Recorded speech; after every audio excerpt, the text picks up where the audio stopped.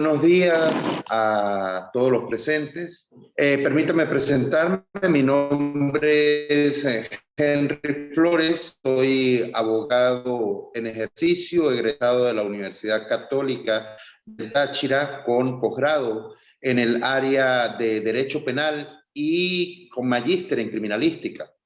Desempeñé la función como fiscal del Ministerio Público por aproximadamente 14 años y los últimos 5 años y medio, ya casi 6, me he dedicado al libre ejercicio de la profesión en esta área. ¿Ok? Como profesor de esta cátedra, me permito darles la bienvenida a lo que sería la materia de teoría de delito. ¿Ok? Y ustedes se preguntarán en un primer momento a qué se refiere esta materia, qué significa ello de teoría de delito. Cuando hablamos de teoría, hacemos referencia a hipótesis. Y cuando hacemos referencia a hipótesis, no es más que un pensamiento, ¿okay?, que tenemos, un paradigma que hemos planteado y que necesitamos verificar en un momento determinado.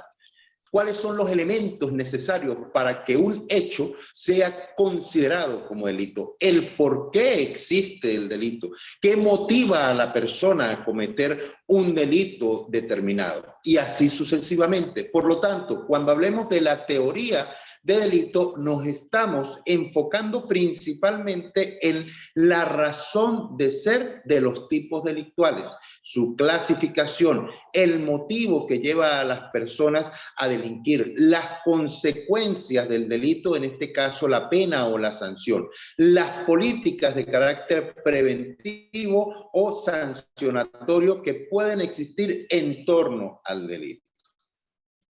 Así pues, con el contenido programático que nos ha sido dado, debemos dividir esta materia en 4 temas primordiales, que sería, en primer lugar, el estudio de la criminología y las teorías orientadas a estudiar el origen de la criminalidad. Una ciencia social que se encarga de estudiar el por qué la persona delinque, el por qué la persona comete un hecho punible.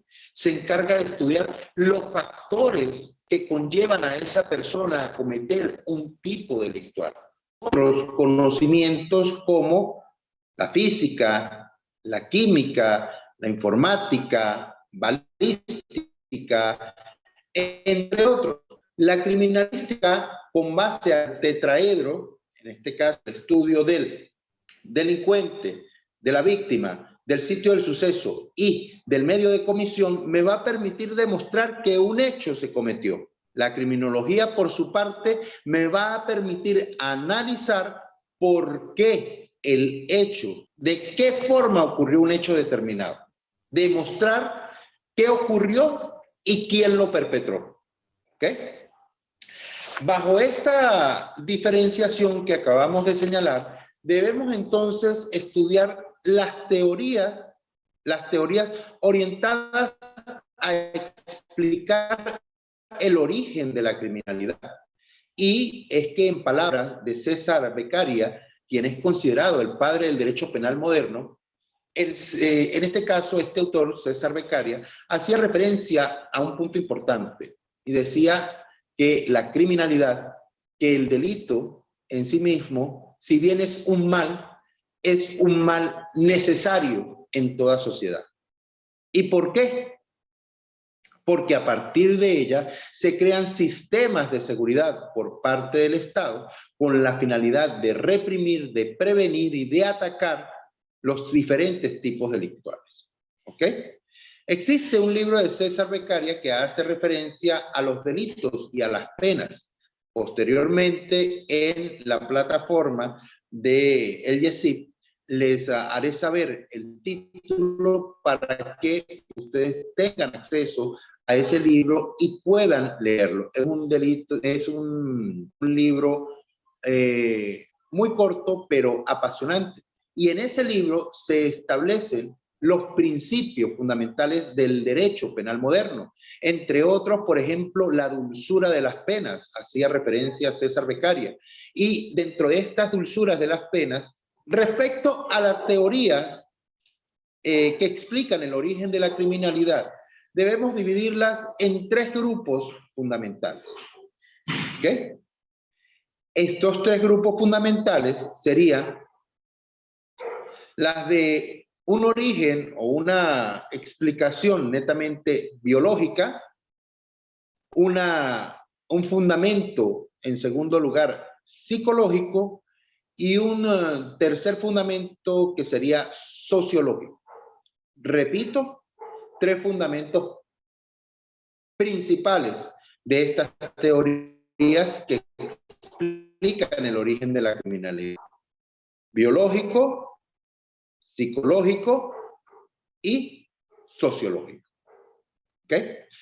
Comencemos entonces por el fundamento biológico. Cuando hacemos referencia a las teorías de fundamento biológico, nos referimos que estas teorías, entonces, hacía referencia a la teoría con fundamento biológico, y entre ellas el principal precursor es César Lombroso. César Lombroso publica en el año de 1876 un tratado antropológico experimental del hombre delincuente. Y César Lombroso establece que con base a las características físicas se puede determinar si una persona ha delinquido o puede cometer un delito en particular. ¿Ok?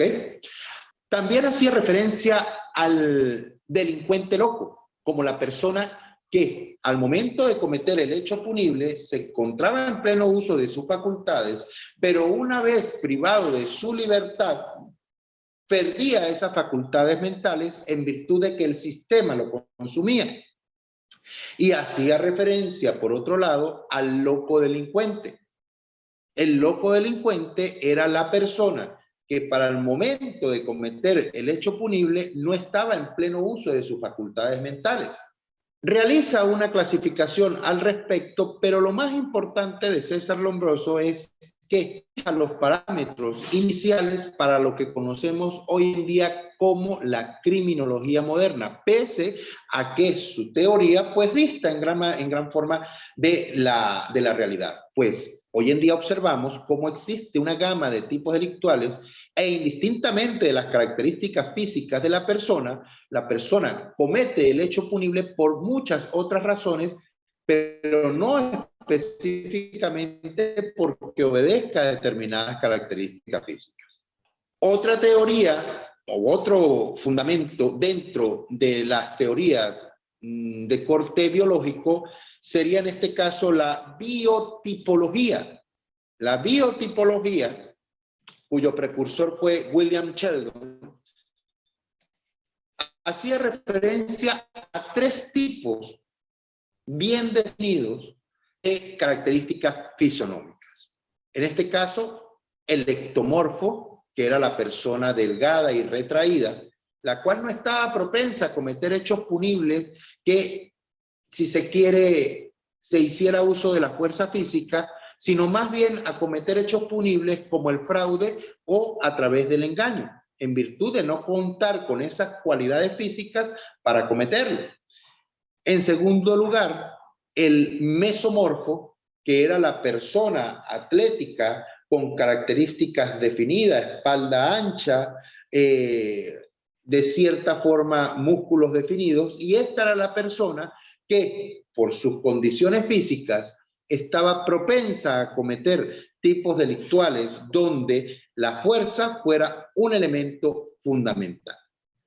Y encontramos al endomorfo, que es, si se quiere, de características físicas voluptuosas, de un abdomen voluptuoso, donde esta persona era más relajada, no estaba propensa a cometer hechos punibles, era una persona pasiva y tranquila dentro de la sociedad. En consecuencia, según esta teoría biotipológica, que obedece al fundamento biológico, pues son las personas con cierta contextura física eran las propensas a cometer hechos punibles. Y está claro en nuestra actualidad que eso dista en gran medida de la realidad que nos ocupa. ¿Ok? Eso en un primer plano, las teorías con fundamento biológico. En un segundo plano, estamos haciendo referencia a las teorías con fundamento psicológico. Y en este momento dejamos atrás las características físicas para tomar en cuenta el comportamiento del ser humano, la personalidad del ser humano. Aquí destaca primordialmente la forma de ser de la persona, el ánimo, el temperamento de la persona como tal. Y recordemos algo importante. Cuando hablamos de temperamento, hacemos referencia a esa carga genética de la persona que se define de forma estable a lo largo de nuestra vida.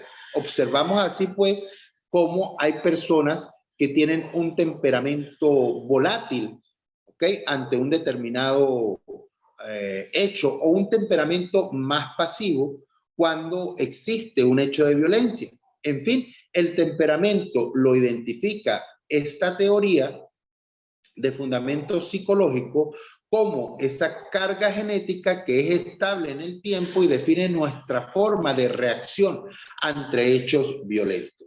En fin, las circunstancias del entorno definen el carácter de ustedes como funcionarios, pero el temperamento, refiere la teoría, es de origen genético y nos permite definirnos como personas y comportamientos de forma estable a lo largo del tiempo. Este conjunto de teorías, o entre este conjunto de teorías, destaca primordialmente la teoría psicoanalítica de Sigmund Freud. Respecto a la teoría psicoanalítica de Sigmund Freud, hace referencia al ello, al yo y al superyo. En este caso, el superyo viene definido por las restricciones de carácter social, ¿ok? Las sanciones que impone la sociedad a determinado tipo de conductas. En síntesis, Sigmund Freud hace referencia a que estos tres elementos se conjugan para definir nuestra personalidad. Una relación entre instinto, razón y sanción. La razón domina el instinto y la sanción domina incluso la razón. Esta trilogía, estos tres elementos van a permitir definir el comportamiento del ser humano dentro de la sociedad. ¿Okay? Por otro lado, tenemos las teorías de fundamento sociológico. Y estas teorías de fundamento sociológico hacen referencia que el hombre desvía su conducta, el individuo, el ser humano desvía su conducta, no por características físicas, o no en virtud de sus características físicas, no en virtud de su personalidad incluso, sino en virtud de ¿qué? De condiciones sociológicas, de condiciones tales como el entorno en el que se desarrolla, ¿ok? Del nivel cultural que posee a lo largo de su vida, del núcleo familiar en el cual ha sido formado, de la edad que tiene al momento de aprender ciertas conductas, en virtud incluso del género. Repito, las teorías de fundamento sociológico hacen referencia a que el hombre desvía su conducta de los parámetros sociales no por características físicas ni por comportamiento, en este caso psicológicas, sino por características sociológicas tales como la edad, el género, la formación familiar. Aparte de ello, el entorno en el que se desarrolla, el grupo de personas con el que se desarrolla, el tipo de actividad que realizan. Y así, dentro de estas teorías de corte sociológico, encontramos la Escuela de Chicago. La Escuela de Chicago, de origen americano, hace referencia primordialmente a que el ambiente determina no solamente las condiciones de vida de la persona, sino también su desviación de conducta. Repito, la Escuela de Chicago hace referencia a que es el ambiente en el que se desarrolla una persona lo que determina su inclinación a cometer tipos delictuales. ¿Ok? También hacemos referencia a la escuela ecológica urbana. Y este tipo de pensamiento o de teoría hace referencia específicamente al tipo de barrio o el tipo de entorno social en el que se desarrolla la persona. ¿Ok? Por tanto, establece que dependiendo de la capacidad económica, del tipo de servicios que tengan en un entorno determinado, del acceso a la educación, del acceso a la salud, de las condiciones laborales, incluso de la oportunidad de trabajo, la persona puede verse orientada o inclinada a cometer o no un tipo delictual. Igualmente, tenemos la teoría de la anomia social dentro de las teorías, repito, de carácter sociológico o de corte sociológico. La teoría de la anomia social. ¿Qué es la anomia social? ¿Qué entender por anomia? Sinónimo de desorden. ¿Ok? La teoría de la anomia, del caos, del desorden social. ¿Y qué hace referencia a esta teoría de la anomia social? Que si bien el Estado puede definir un conjunto de normas o reglas para regular la vida en sociedad, no es menos cierto que estas normas, que estas reglas no son suficientes para controlar el desenvolvimiento del ser humano en un momento determinado. Y que ello se ve, valga la redundancia o el pleonasmo, se ve determinado por tres factores como la innovación, ¿ok? La rebelión y en este caso la descomposición social. Repito, la innovación, la rebelión y la descomposición social. ¿A qué me refiero con ello? Les coloco un ejemplo claro. Existe en Venezuela una ley que hace referencia a un tipo delictual específico, ¿sí? Como lo es la ley sobre el delito de contrabando, ¿ok? En esta ley se hace referencia al contrabando de introducción o al contrabando de extracción. ¿Y para qué se materializa el contrabando de introducción? Basta con que una persona ingrese a territorio nacional algún elemento, algún objeto de origen extranjero que no haya sido declarado ante las autoridades competentes. ¿Correcto? Sin embargo, y pese a las regulaciones que existen por parte del Estado, no es menos cierto como vemos que muchas personas pues ingresan al país con objetos de origen extranjero sin cumplir las condiciones y sin cumplir las restricciones legales impuestas por el Estado. Ello evidentemente, en este caso el contrabando, es un delito pluriofensivo. ¿Por qué? Solamente atenta de la... ¿Ok? Por ende, cuando estos tipos de controles impuestos por el Estado no se cumplen, evidentemente allí hay no solamente una transgresión de la norma, sino también parte de esa descomposición social en virtud de que no hay la capacidad para restringir esos tipos delictuales. Se está produciendo una anomia social, se está produciendo un desorden social producto de un escenario o de un momento histórico específico. ¿Ok? Por ejemplo, la reventa de productos. En un momento determinado, la reventa de productos también era considerado, o es, mejor dicho, considerado un tipo delictual. Este tipo delictual, aunque es una norma vigente, es también una norma ineficaz. ¿Por qué? Porque no se está aplicando en el tiempo. ¿Y por qué no se está aplicando en el tiempo? Porque la situación país obedece a unas condiciones económicas distintas de aquel momento en que la norma fue sancionada, en que la norma fue promulgada. ¿Ok?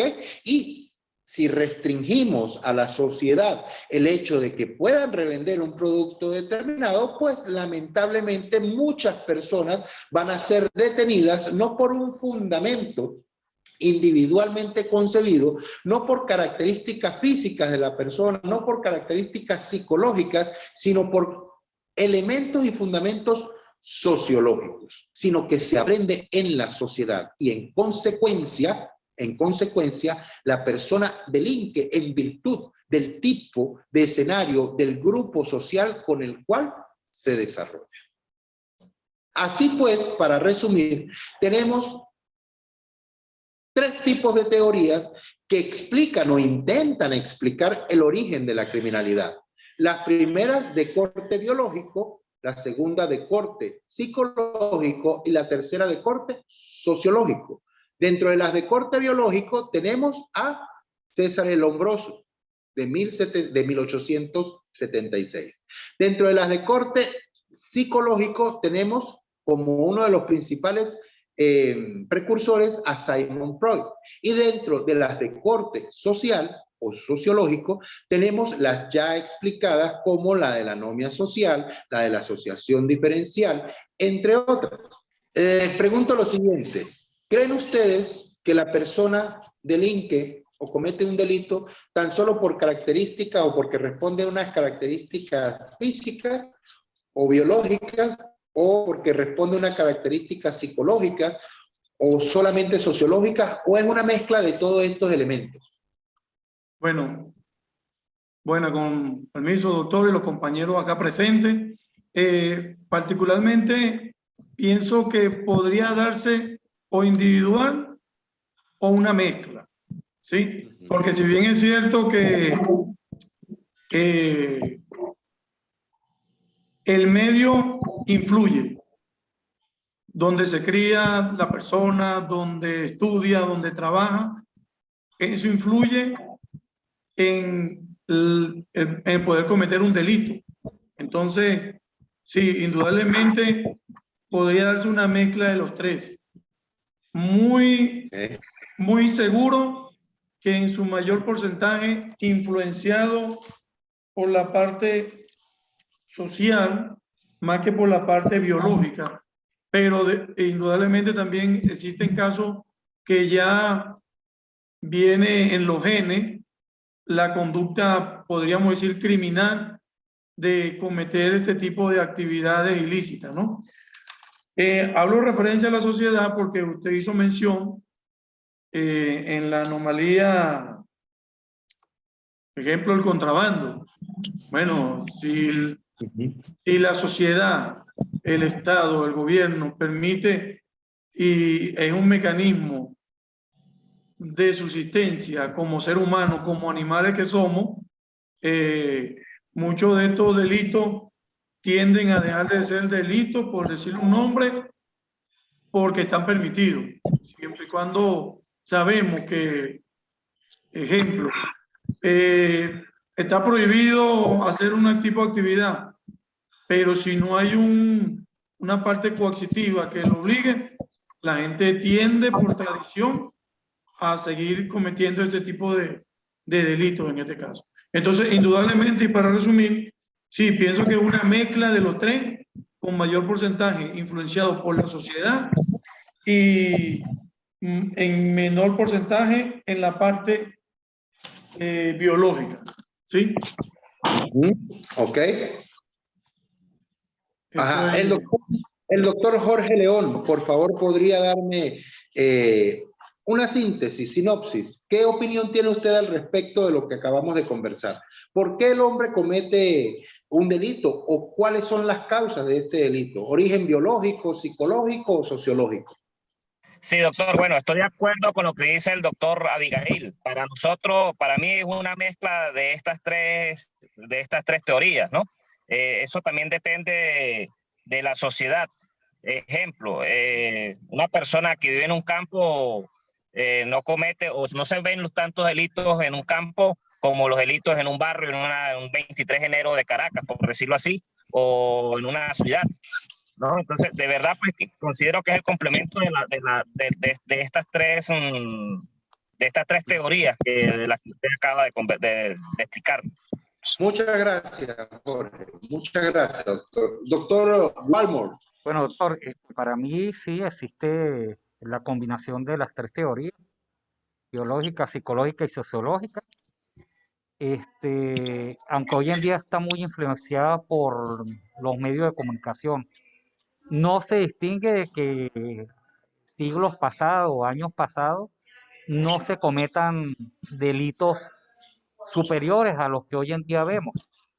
Pero por lo menos lo poco que he tenido conocimiento a través del delito, hoy en la parte biológica se ha hecho estudio de ciertos delincuentes que tienen rasgos característicos fisionómicos, de los ojos, el hundimiento de los párpados, característica también a través de la misma función cerebral que ha permitido grandes crímenes.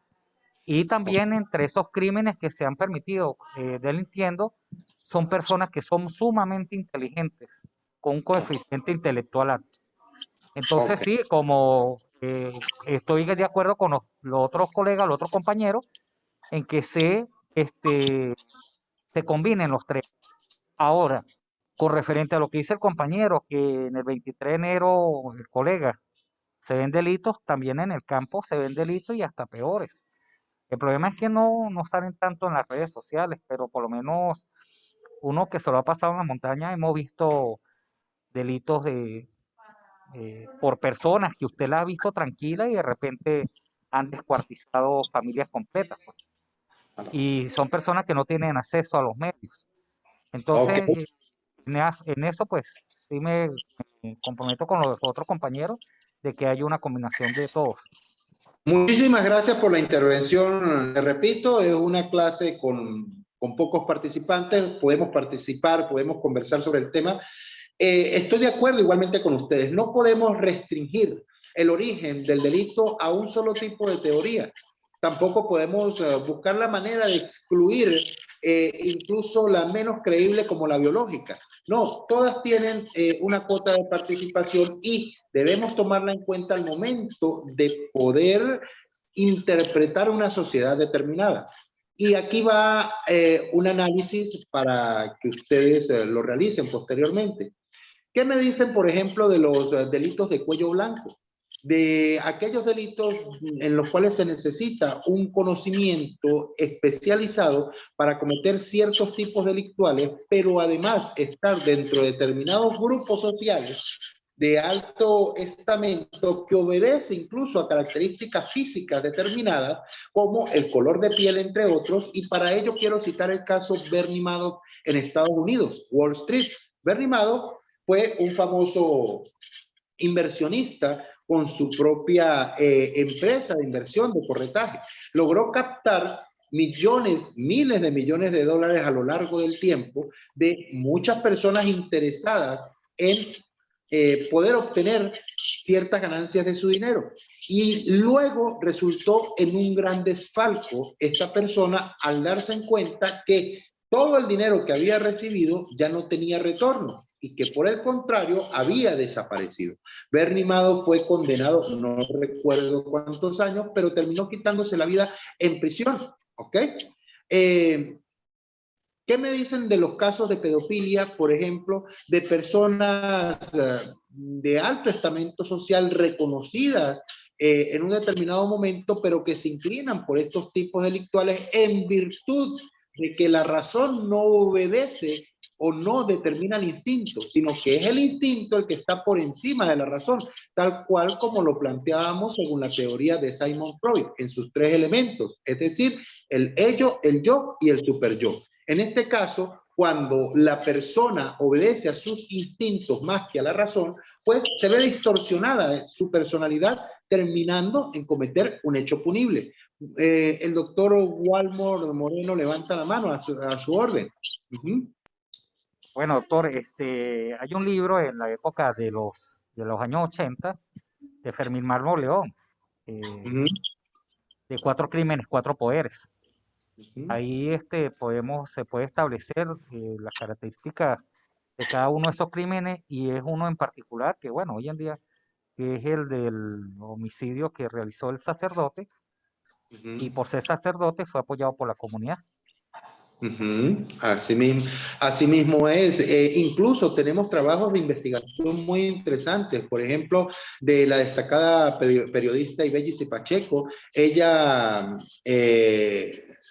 hizo un trabajo de investigación llamado o titulado sangre en el diván, respecto al doctor Edmundo Chirinos, ¿sí? Y explica cómo es que Edmundo Chirinos, un destacado psiquiatra de la sociedad venezolana, termina cometiendo un delito, en este caso un homicidio, en perjuicio de una de sus pacientes. También tenemos otro libro que me pareció súper interesante cuando lo leí, El grito ignorado, también de esta periodista, donde hace un trabajo de investigación referente a la muerte de un niño, no recuerdo en qué zona de Venezuela, que fue maltratado tanto por su progenitora como por la pareja de esta, ¿sí? En consecuencia, repito, como conclusión de esta clase, que me ha parecido súper interesante la intervención de ustedes, debemos concluir en que la conducta humana, en primer lugar, es impredecible.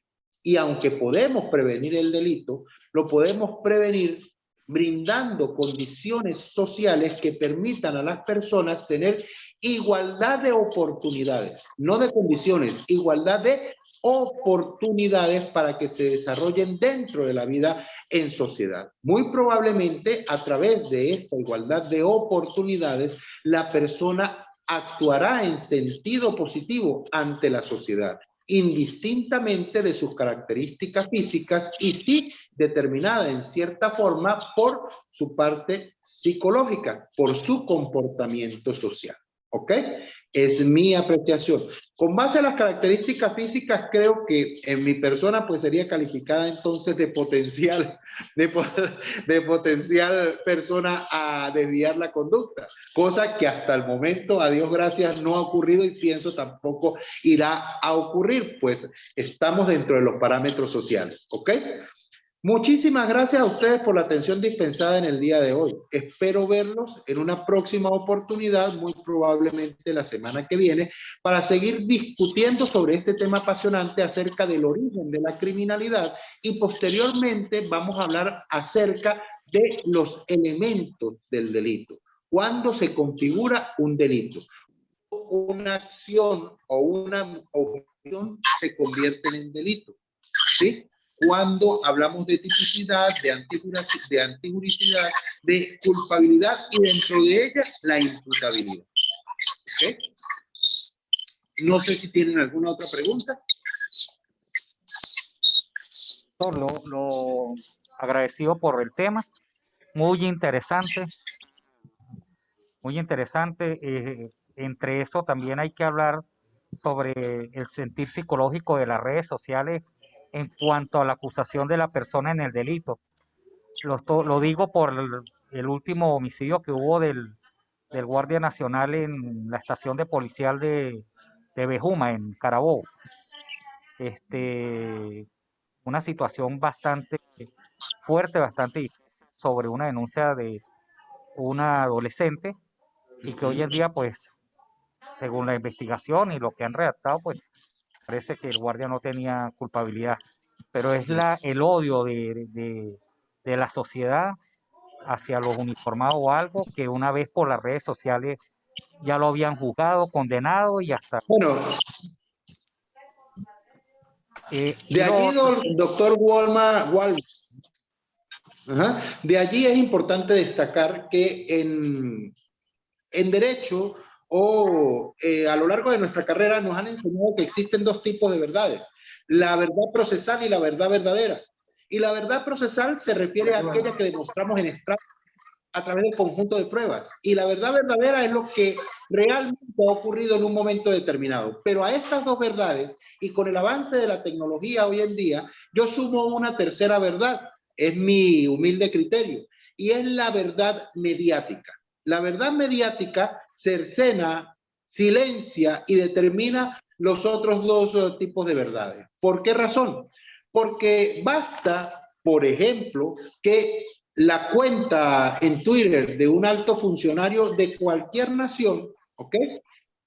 Establezca un criterio, una matriz de opinión respecto a la culpabilidad o no de una persona para que ésta sea considerada culpable. Basta con que se genere una matriz de opinión en contra de una persona para acabar con su moral, con su nombre, para mancillar su honor, su decoro, en fin. En consecuencia, esa verdad mediática hoy en día determina el resto de las verdades que hemos conocido a lo largo de nuestra carrera.